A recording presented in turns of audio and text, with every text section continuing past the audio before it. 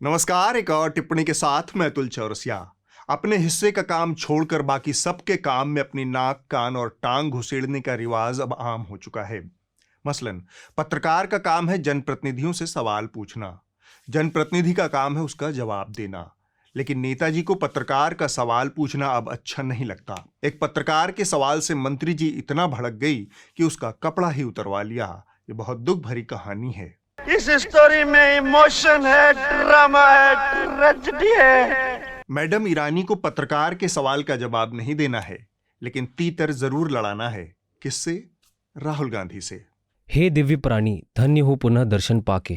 अमेठी की जनता से बदतमीजी ना करें, ये अनुरोध था जो शायद आप ना समझें। आप अमेठी की जनता का अपमान सह सकते हैं, मैं नहीं।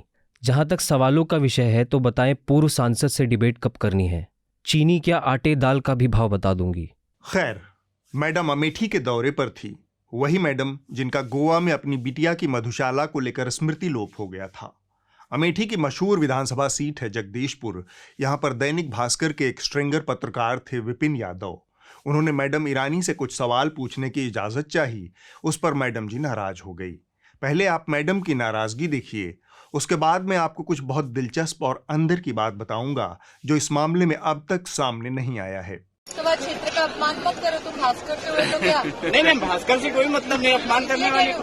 दैनिक भास्कर से आप हो, सबसे मुखर सांसद और एक मुखर नेता है जी। लेकिन दैनिक भास्कर से हो तो सलोन विधानसभा मेरी विधानसभा जी, है, जी, जी, लोकसभा जी, क्षेत्र की। जी। आप अपमान मत करो जी। लेकिन मैम अगर आप इस क्षेत्र में आई हैं तो फिर दो शब्द बोल दिया दीदी, दो शब्द मैम आप बोल दीजिए दो शब्द। मैं क्षेत्र का अपमान करते पत्रकार होते नहीं, आपके क्षेत्र का अपमान नहीं हो रहा, लेकिन आप पहली बार ऐसा कर रही है तो इसलिए आपसे मैं कह रहा हूँ, मतलब आप दो शब्द बोल दीजिए, बोलना नहीं चाह रही हैं। आप अगर मेरे क्षेत्र का अपमान करेंगे भैया तो मैं आपकी मालिकाना उनको फोन करके कहूंगी। ये जो क्षेत्र की जनता का सम्मान मैडम अपने सिर पर उठाए घूम रही हैं, उसे हसुआ के ब्याह में खुरपी का गीत कहते हैं। इस मसले में न तो किसी क्षेत्र की जनता थी, न किसी का सम्मान जुड़ा था। दरअसल मैडम एक बहुत जरूरी मुद्दे से ध्यान भटकाने की कोशिश कर रही थी। डायवर्जन के हथकंडों में इस सरकार के हर नेता ने मास्टरी हासिल कर ली है। आपको तो याद ही होगा, इस सदी की सबसे जानलेवा ट्रेन दुर्घटना के मौके पर रेल मंत्री कैसे भारत माता की जयकार कर रहे थे, मानो इससे मरने वालों का आंकड़ा कम हो जाएगा या दुखी परिजनों का दुख कम हो जाएगा। भारत माता की, भारत माता की, वंदे वंदे। इसको लफ्फाजी कहते हैं। मैडम भी कुछ कुछ वैसा ही कर रही थी। इसे अंग्रेजी में ऑफेंस इज बेस्ट डिफेंस भी कहते हैं और ब्लफ मारना भी। रिपोर्टर विपिन यादव की स्मृति ईरानी से जहां पर मुठभेड़ हुई वह जगदीशपुर विधानसभा क्षेत्र में आता है। रिपोर्टर ने जब मैडम से बाइट के लिए कहा तो मैडम ने कहा कि सलोन में उन्होंने बाइट दे दिया है, अब बाइट नहीं देंगी। रिपोर्टर ने कहा सलोन अलग विधानसभा क्षेत्र है, जगदीशपुर अलग विधानसभा है, लिहाजा यहां पर भी एक बाइट तो बनती है मैडम। बस इसी बात पर मैडम अगिया बेताल हो गई और कहने लगी, आपने क्षेत्र की जनता को बांट दिया, जनता का अपमान कर दिया। सलोन विधानसभा क्षेत्र अमेठी लोकसभा क्षेत्र का हिस्सा है। मेरी क्षेत्र की जनता का अपमान मत करिए। आप होंगे बड़े रिपोर्टर, लेकिन आपको जनता का अपमान करने का अधिकार नहीं। ऐसा करके मानो पत्रकार विपिन ने जगदीशपुर की जनता का नहीं बल्कि भारत और पाकिस्तान की जनता का बंटवारा कर दिया हो। लेकिन यह मुख्य बात नहीं है। महत्वपूर्ण है ईरानी के सलोन से जगदीशपुर पहुंचने के बीच में हुई एक घटना, या इसे आप दुर्घटना कह लीजिए, जिस पर पर्दा डालने की कोशिश भाजपा के नेता और अमेठी प्रशासन कर रहा था। पत्रकार को धमकाने के महज 2 घंटे पहले ईरानी सलोन विधानसभा क्षेत्र में थी। वहां एक संविदा कर्मी यानी अस्थायी कर्मचारी ने ईरानी की गाड़ी के आगे कूदकर आत्महत्या की कोशिश की। उसका नाम धीरेन्द्र कुमार है। वह स्थानीय नगर पंचायत में अस्थायी चौकीदार की नौकरी करता था, जिसे 5 दिन पहले नौकरी से निकाल दिया गया था। इसी दुर्घटना से फारिग होकर ईरानी जी जगदीशपुर पहुंची थी। पत्रकार संविदाकर्मी की आत्महत्या की कोशिश पर ईरानी से सवाल पूछना चाहते थे। इसकी भनक उन्हें पहले से लग गई थी, लिहाजा उन्होंने जवाबदेही से बचने के लिए थेथरई का इतना बड़ा मुजस्समा खड़ा कर दिया, जिसमें 2 पत्रकारों की नौकरी चली गई जो सिर्फ अपनी ड्यूटी कर रहे थे। इसके पीछे एक और दिलचस्प कहानी है। ईरानी जब अमेठी के दौरे पर होती हैं तब उनके कुछ पसंदीदा रिपोर्टरों की टोली उनके साथ होती है, जिसे वो बाइट आदि देकर उपकृत करती हैं। उन्हीं में से किसी ने बताया था कि जगदीशपुर में पत्रकार आत्महत्या की कोशिश वाले मसले पर सवाल पूछने की तैयारी में हैं। बस मैडम ने क्षेत्र की जनता का आत्मसम्मान का वितंडा खड़ा कर दिया। फिर तो उन्हें शांति तभी मिली जब 2 पत्रकारों की नौकरी चली गई। अब मैं इस नौकरी जाने वाले पहलू पर आता हूं। देखिए मंत्री जी ने कैसे धमकी दी। आप अगर मेरे क्षेत्र का अपमान करेंगे भैया तो मैं आपके मालिकाना उनको फोन करके कहूंगी पत्रकार को अधिकार नहीं क्षेत्र की जनता का अपमान करें। नहीं मैं सर कोई अग्रवाल जी है ना, कोई अपमान नहीं हो रहा है। मैं करूंगी फोन और कहूंगी सलोन विधानसभा क्षेत्र अमेठी लोकसभा क्षेत्र का हिस्सा है, मेरे क्षेत्र की जनता का अपमान मत करिए। इसके बाद इस पूरे मामले में शामिल पत्रकार विपिन यादव और राशिद हुसैन रातों रात बेरोजगार हो गए। अपने कहे मुताबिक मैडम ने शायद मालिकों से बात की होगी। यह मालिक मंत्री का नेक्सस है जो नेताओं को घमंड और साहस देता है कि जवाब देने से आसान है नौकरी से निकलवाना। रातों रात दैनिक भास्कर डिजिटल ने एक ट्वीट करके दोनों पत्रकारों को पैदल कर दिया। ट्वीट का मजमून कुछ यूं है। केंद्रीय मंत्री स्मृति ईरानी और एक पत्रकार के बीच बहस का जो वीडियो सोशल मीडिया पर वायरल हो रहा है, उसमें विपिन यादव नाम के जो पत्रकार खुद को दैनिक भास्कर का रिपोर्टर बता रहा है, वह गलत है। अमेठी लोकसभा के इस क्षेत्र में दैनिक भास्कर का कोई स्थायी पत्रकार कार्यरत नहीं है। यहाँ दैनिक भास्कर अपने स्ट्रिंगर नेटवर्क से खबरें देता है, लेकिन विपिन भास्कर के स्ट्रिंगर नहीं है। विपिन यादव के साथ बर्खास्त किए गए अमेठी के स्ट्रिंगर पत्रकार राशिद हुसैन कहते हैं, 23 मार्च को हमें लखनऊ बुलाया गया था। मेरा फोटो, आधार कार्ड और अन्य कागज वहां पर जमा कराए गए थे। हमें कहा गया था कि दस्तावेज बाद में भेज दिए जाएंगे। हमें यहाँ रिपोर्टर के तौर पर रखा गया था। हम यहाँ अमेठी जिले की गौरीगंज तहसील के पत्रकार हैं। राशिद न्यूज लॉन्ड्री को बताते हैं, लखनऊ में अमेठी के ब्यूरो चीफ विनोद श्रीवास्तव ने मनीष अवस्थी की मौजूदगी में हमारी ज्वाइनिंग कराई थी। हमें कहा था कि card bureau chief Vinod Srivastava के हाथ भेजे जाएंगे।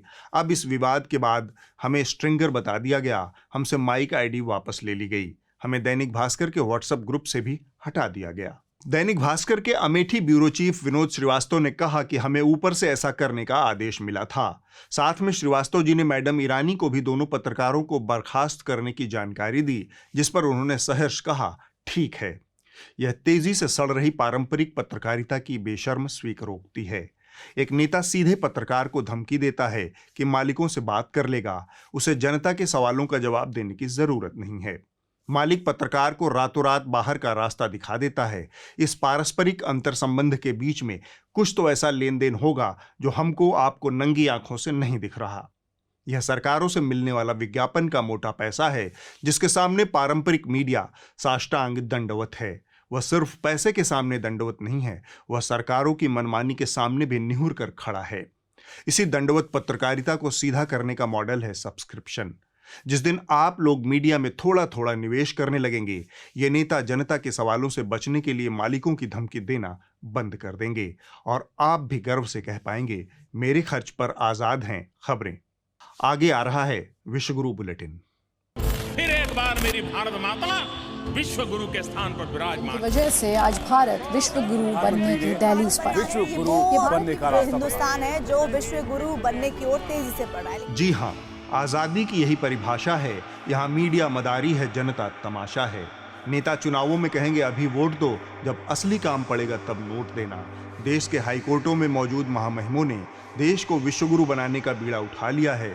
संविधान की शपथ खाकर गुजरात हाईकोर्ट के न्यायाधीश ने मनुस्मृति में अपनी श्रद्धा घोषित कर दी है। समीर दवे न्यायमूर्ति हैं, बोले तो उनकी मूर्ति में न्याय लबालब भरा है।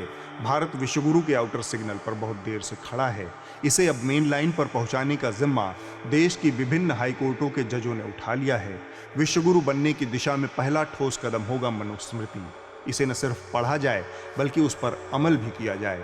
भले ही देश का कानून कहता है कि 18 साल से पहले महिला को नाबालिग माना जाए, लेकिन अगर आप मनुस्मृति पढ़ लें तो आपको पता चल जाएगा कि 17 साल की उम्र में माँ बनना कितनी आम बात है। इसके लिए आपको कुछ खास नहीं करना, अपनी दादियों परदादियों से बात करनी है और साथ में मनुस्मृति पढ़ लेना। हम 21वीं सदी में रह रहे हैं। अपनी माँ, दादी, परदादी से पूछो। शादी की ज़्यादा से ज़्यादा उम्र 14-15 साल होती थी। 17 से पहले बच्चा हो जाता था। लड़कियां लड़कों से पहले परिपक्व हो जाती थी।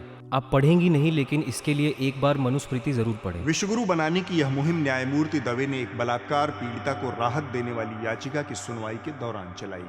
जाहिर है उनकी मंशा बहुत पवित्र होगी।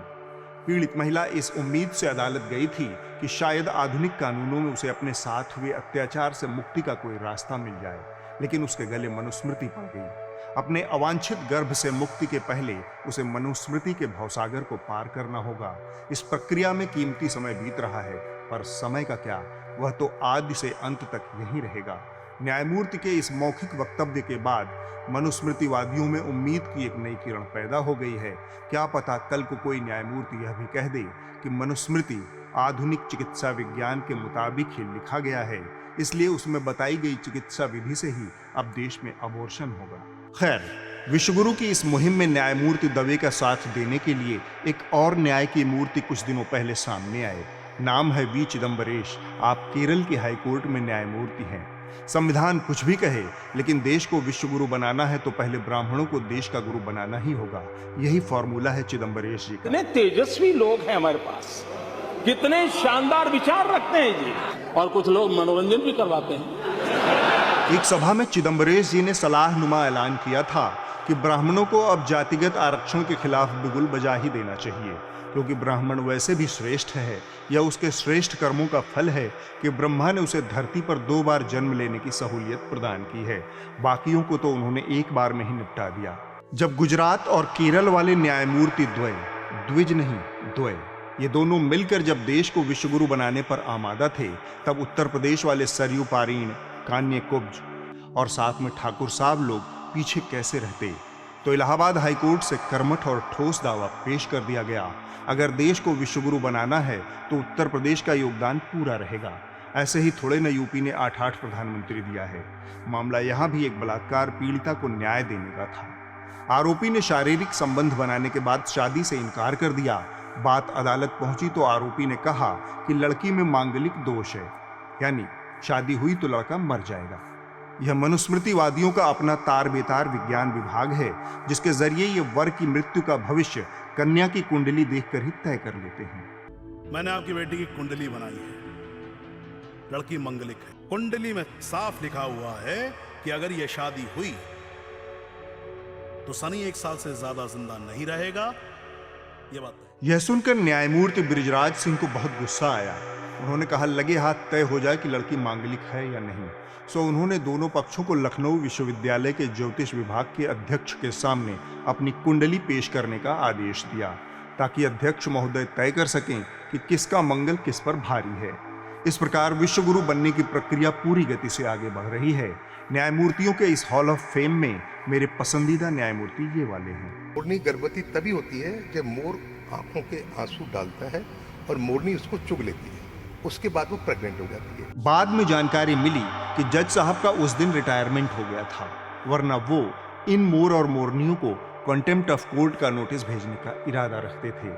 जिस मनुस्मृति की छत्र छाया में विश्वगुरु का प्रोजेक्ट आगे बढ़ रहा है, वह मनुस्मृति अपाद मस्तक, जातिवाद, वर्ण व्यवस्था की पोषक और महिला विरोध के सुविचारों से भरी पड़ी है। एक सरसरी मुआयना पेश करता हूँ। पहले शूद्रों के बारे में मनुस्मृति की राय जानिए। धर्मोपदेशम दर्पेण विप्रणामस्य कुर्वतः तप्तमासे च तैलम वक्त्रे श्रोते च पार्थिव। यानी अगर कोई शूद्र ब्राह्मण को धर्म का उपदेश देने की हिम्मत करता है तो राजा का कर्तव्य है कि उसके मुंह और कानों में खौलता हुआ तेल डलवा दे। इसी प्रकार मनु कहते हैं, एकम एव तो शूद्रस्य प्रभु कर्म समादिशतः एतेषाम एव वर्णानाम शुश्रूषाम अनुसूयया।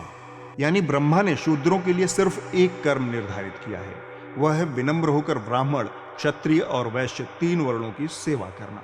मनु कहते हैं, शक्ते नापि ही शूद्रेण न कार्यो धन संचय शूद्रो ही धन साध्य ब्राह्मण नेव बाधते। यानी किसी शूद्र के पास संपत्ति इकट्ठा नहीं होने देना चाहिए, क्योंकि धनी शूद्र घमंडी होकर उद्दंड हो सकता है और ब्राह्मणों को कष्ट पहुंचाता है। मनुस्मृति जितना उच्च विचार शूद्रों के लिए रखती है, उतने ही श्रेष्ठ विचार महिलाओं के प्रति भी हैं। मनु कहते हैं, अस्वतंत्रता स्त्रियः कार्यो पुरुषैः स्वैर्दिवानिशम विषय सुंचयेत ज्ञानतः संस्थाप्या आत्मनोवशे। यानी पुरुषों का यह कर्तव्य है कि वो अपनी स्त्रियों को दिन रात अपने अधीन रखें। यदि स्त्रियां विषय वासना की ओर झुकती हैं तो पुरुषों को उन पर नियंत्रण करना चाहिए। इसी तरह मनु कहते हैं, पिता रक्षति कौमारे भर्ता रक्षति यौवने पुत्रो रक्षति वर्धक्ये न स्त्री स्वातंत्र्यमर्हति। यानी महिलाएं केवल दासी हो सकती हैं, उसे बचपन में पिता युवावस्था में पति और जब उसका पति मर जाए तो पुत्र के अधीन रहना चाहिए। मनु यह भी कहते हैं, नेता रूपम परीक्षन्ते नासाम वयसि संस्थिति स्वरूपम वा विरूपम वा पुमानित्येव भुंजते। यानी स्त्रियां हमेशा दूसरे पुरुषों को आकर्षित करने और संभोग के लिए आतुर रहती हैं, न तो रूप का ध्यान रखती हैं न आयु का। कोई भी पुरुष हो, सुंदर हो कुरूप, वह उसके साथ संभोग के लिए व्याकुल रहती हैं। इतने उदात्त विचारों वाली मनुस्मृति पर अमल करके ही भारत विश्वगुरु बनेगा। तथास्तु। ये था विश्वगुरु बुलेटिन। खबरिया चैनलों की दुनिया पूरे हफ्ते अपनी भेड़ चाल में मस्त रही। बीते हफ्ते की कुछ एक बड़ी सुर्खियां देखिए। शुरुआत आज हम कर रहे हैं महाराष्ट्र से, जहां पे कोल्हापुर में एक पोस्ट को लेकर तनाव पैदा हो गया। सोशल मीडिया पर आपत्तिजनक पोस्ट को लेकर आज बंद का ऐलान किया गया था। कुरुक्षेत्र में आज फिर किसान धरने पर बैठ गए। कल पुलिस ने लाठीचार्ज और वाटर कैनन का इस्तेमाल कर किसानों को खदेड़ दिया था। प्रदर्शनकारी किसान सूरजमुखी की फसल को एमएसपी के तहत खरीदे जाने की मांग कर रहे हैं। भोपाल में सतपुड़ा भवन में आग लगती है। ये इमारत कई मंजिला है। दमकल विभाग की कई गाड़ियां आग पर काबू पाने की कोशिशों में लगी हुई है, लेकिन कई घंटों की कोशिशों के बाद भी इमारत से आग की लपटें उठ रही हैं। मुख्यमंत्री शिवराज सिंह चौहान ने ऐसे हालात में रक्षा मंत्री राजनाथ सिंह से बात की है। उन्होंने आग बुझाने के लिए एयरफोर्स की मदद मांगी है। लेकिन घोघा बसंत चैनलों के प्राइम टाइम पर जो चला वह भारत पर मंडरा रहे एक अदृश्य खतरे का बायस है। चैनलों के शूरवीर नए नए जिहाद का आविष्कार कर रहे हैं। इन तमाम खबरों को चूना लगाकर हुड़कचुल्लुओं ने बीते हफ्ते गेमिंग नाम के एक नए जिहाद का आविष्कार किया है। ऑनलाइन गेम्स एक ऐसी चीज है जिससे लड़के बहुत जल्दी प्रभावित होते हैं और इन खेलों में जीतने का जुनून धर्म परिवर्तन और उसके प्रचार प्रसार को बहुत आसान बना देता है। आगे बढ़ने से पहले आपको हम याद दिलाना चाहते हैं कि अगर आपकी कोई राय है इस विषय पर तो आप अभी के अभी ट्वीट कर सकते हैं और हैशटैग आपकी स्क्रीन पर है, हैशटैग है गेमिंग जिहाद। मोबाइल फोन पर गेम जिहाद का खेल शुरू हो गया है और टारगेट पर है गैर मुस्लिम नाबालिग बच्चे। मतलब ऑनलाइन गेम, कुरान पढ़ो, नेक्स्ट लेवल में पहुंचो। ये ऑनलाइन गेम, ये जिहाद का नया गेम चल रहा है। हमें पता ही नहीं था मार्केट में नया वेरिएंट आ गया। अब मोबाइल पर मजहब बदलने वाले गेम का खुलासा गाजियाबाद से हुआ है। इसे आप धर्मांतरण की नई साजिश की गाजियाबाद स्टोरी भी कह सकते हैं। गेमिंग ऐप के जरिए धर्मांतरण, जिसके तार जुड़े हुए हैं जाकिर नाइक से, जिसके तार जुड़े हुए हैं पाकिस्तान से। वैसे तो इनके बीच लगी होड़ बहुत खूनी है। कौन ज्यादा जहरीला है ये तय कर पाना बहुत मुश्किल है, लेकिन जानकारों की माने तो तिहाड़ शिरोमणि को हमारे सत्ता प्रतिष्ठान ने फादर ऑफ जिहाद का दर्जा देने का निर्णय लिया है। गेमिंग जिहाद बताया था, गेमिंग जिहाद के बारे में बताया था, जिसमें स्कूल जाने वाले नाबालिग लड़कों को ऑनलाइन गेम्स के जरिए उनका ब्रेन वॉश किया जाता है। तो हिंदू लड़कियों को जब निशाना बनाना है और उनका धर्म परिवर्तन करना है तो वो होता है मोहब्बत के जरिए, वो होता है प्यार के जरिए, वो होता है लव जिहाद के जरिए। तो क्या हम ये मान लें कि इस्लाम के नाम पर आतंकवाद फैलाने वाला पाकिस्तान अब क्रिकेट के नाम पर भी जिहाद कर रहा है और शायद इसीलिए वो अपनी हर जीत को इस्लाम की जीत बताता है। आपने लव जिहाद के बारे में तो बहुत सुना होगा, लेकिन आज हम आपको लव जिहाद नहीं, जमीन जिहाद के बारे में बताएंगे। और आज हमने आप सबके लिए एक हैशटैग भी तैयार किया है और वो हैशटैग है हैशटैग मजार जिहाद। एक तरफ जिहाद था तो दूसरी तरफ औरंगजेब। एक समय था जब देश के मुख्यमंत्रियों, मंत्रियों और उप मुख्यमंत्रियों से अपेक्षा रहती थी कि वे ठीक ठाक पढ़े लिखे लोग होंगे, संविधान और संसदीय परंपराओं की समझ रखते होंगे, देश के सभी नागरिकों को साथ लेकर चलने की सरकार की जिम्मेदारी को समझते होंगे। फिर महाराष्ट्र में देवेंद्र फडणवीस जी का डिमोशन हो गया, मुख्यमंत्री से उप मुख्यमंत्री हो गए। इस डिमोशन की कुंठा उन पर इतनी भारी पड़ रही है कि पद की मर्यादा से जुबान का तालमेल ही खत्म हो गया है। देखिए, महाराष्ट्र में अचानक कुछ जिलों में औरंगजेब की औलादे पैदा हुई है, जो औरंगजेब का फोटो दिखाते हैं, औरंगजेब का स्टेटस रखते हैं। बीते 3 महीनों में महाराष्ट्र में लगातार सांप्रदायिक घटनाएं हो रही हैं। कट्टरपंथी संगठन लगातार दंगे फसाद कर रहे हैं। 7 जून कोल्हापुर हिंसा, 6 जून संगमनेर, 14 मई अहमदनगर, 13 मई अकोला, 30 मार्च संभाजीनगर, 28 मार्च जलगांव। ये सब हो रहा है और फडणवीस जी, जो महाराष्ट्र के गृह मंत्री भी हैं, अपनी इस नाकामी को जुमलेबाजी से छिपाने की कोशिश कर रहे हैं। उन्हें भी पता है कि उनकी पार्टी में जब पत्ता कट जाता है तब ऊपर चढ़ने का एक ही रास्ता रहता है, सांप्रदायिक भाषणबाजी। उन्होंने रास्ता दिखाया तो टीवी वाले चल पड़े भेड़िया धसान औरंगजेब का इतिहास खंगालने। तो मतलब आप मान रहे कि आप औरंगजेब के औलादे हैं? मतलब आप मान रहे कि आप औरंगजेब के औलादे हैं? इसके बदले में लोगों ने दीपक चौरसिया का खानदान भी खोज निकाला। आप मान रहे हैं आप नाथूराम गोडसे के औलाद हैं? आप मान रहे हैं आप नाथूराम गोडसे के औलाद हैं? वल्दियत में इतनी तेज गिरावट होते देख दीपक चौरसिया को अपने असली पिताजी की याद आ गई। मेरे फादर का नाम लक्ष्मण प्रसाद चौरसिया था। जवाब में असीम वकार ने भी तत्काल अपनी वल्दियत को दुरुस्त कर लिया। मेरे फादर का नाम सैयद वकारुद्दीन है, मेरे दादा का नाम सैयद सिराजुद्दीन, मेरे परदादा का नाम सैयद गाजिउद्दीन। और यह सब देखकर जनता को इसकी याद आ गई। जाओ पहले उस आदमी का साइन लेकर आओ जिसने मेरे हाथ पे यह लिख दिया था। बीते हफ्ते खबरिया चैनलों पर ठीक ठाक कुकुर झोंझो देखने को मिली। पहले पनौती कटी। क्या तुम्हारे नेताओं की औकात है? तुम्हारी नेता की अगर हैसियत हो तो उसने ट्वीट करके बताया। आपने स्वर्गीय प्रणब महाजन जी के विषय में क्या कहा? आपने अडवाणी जी के विषय में क्या कहा? और आपने प्रवेश मिलेगा पनौती को, कुछ नहीं मिलेगा, चिल्लाते रहो। और फिर नफरती चिंटू के शो पर बाकायदा फ्री स्टाइल ले तेरी दे तेरी हुई। तेरी औकात कैसे हो गई है? मुसलमान औरतों को साला प्रॉस की तरह इस्तेमाल करते हो। मेरे बेटे को तू हराम मिलेगा, साले दरिया खराबी मुसलमान ही नहीं। तुझे इतना मारूंगी ना, तेरे बापों को भी मारूंगी घुस के तेरे शहर में, कुत्ता साला, निकल यहाँ से। रेंटल मौलाना और राष्ट्रवादी आपा की इस लड़ाई ने जनता का भरपूर मनोरंजन किया। खबरिया चैनलों पर मनोरंजन पूरा करने के बाद जनता न्यूज लॉन्ड्री पर खबरें देखने के लिए चली गई। आप भी अब हफ्ते की रिपोर्ट देख लीजिए। जो कही जा रही थी बातें कि अंदर में भी सोशल डिस्टेंसिंग का ख्याल रखा जाएगा। ट्रेनें तो खुल दी हैं, लेकिन कैसे? इस हफ्ते की रिपोर्ट BBC हिंदी से है। यह कहानी जम्मू कश्मीर के अनंतनाग जिले के सादीवाड़ा गांव की है, जहां आपको लोग कूड़ा बीनते दिख जाएंगे। सफाई का यह आइडिया बहुत दिलचस्प है। गांव के सरपंच ने गांव में तेजी से बढ़ रहे कूड़े को काबू में करने के लिए एक योजना चलाई। उन्होंने कहा, जो सबसे ज्यादा कूड़ा लाएगा उसे सोने का सिक्का दिया जाएगा। ये आइडिया काम कर गया और गांव के लोगों ने कचरा बीनना शुरू कर दिया। धीरे धीरे यह गांव वालों की आदत बन गई। इन्होंने स्ट्रेस लिया बहुत कि लोग अभी अवेयर नहीं हो रहे हैं। फिर मैंने इनको बोला कि आप, इन्होंने कहा कि इस केबिज में हम सोना देंगे। फिर मैंने इनको फिर बोला कि चलो इसमें वो टेंशन लेने वाली कोई बात नहीं है, मैं अपने महर में से फर्स्ट 2 कॉइन जो है वो आपको डोनेट करूँगी। तो इससे जब लोगों को ये पता चला कि लोगों में बहुत ज़्यादा अवेयरनेस आ गई।